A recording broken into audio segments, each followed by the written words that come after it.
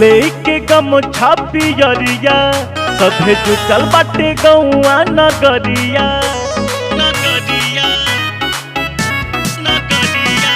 लेके गमछा पियरिया सभे जुटल बाटे गौआ नगरिया।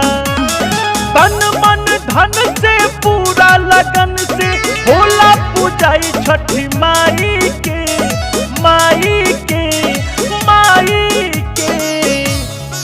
त छठी घाटे पर डीजे लगाई के सभे नाचता कमर हिलाई के। छठी घाटे पर डीजे लगाई के सभे नाचता कमर हिलाई के। नाचता कमर हिलाई के।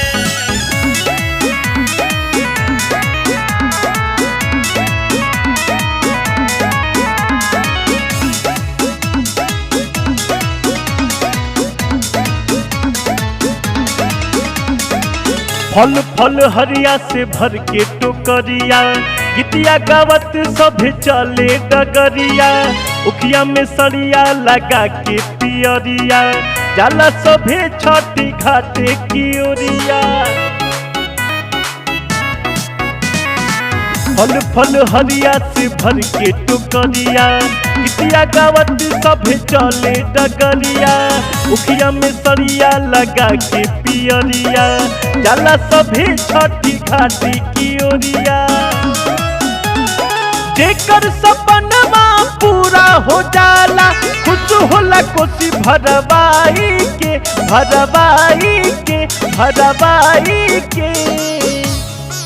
तो छठी घाटे पर डीजे लगाई के सभे नाचता कमर हिलाई के। छठी घाटे पर डीजे लगाई के सभे नाचता कमर हिलाई के। नाचता कमर हिलाई के।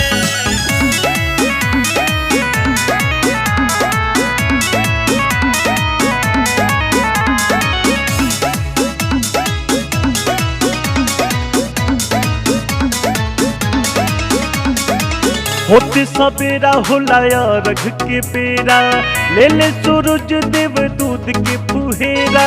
देखी के लीला छठी माई के आर्यन बाटे अमित के चरण ये में डेरा।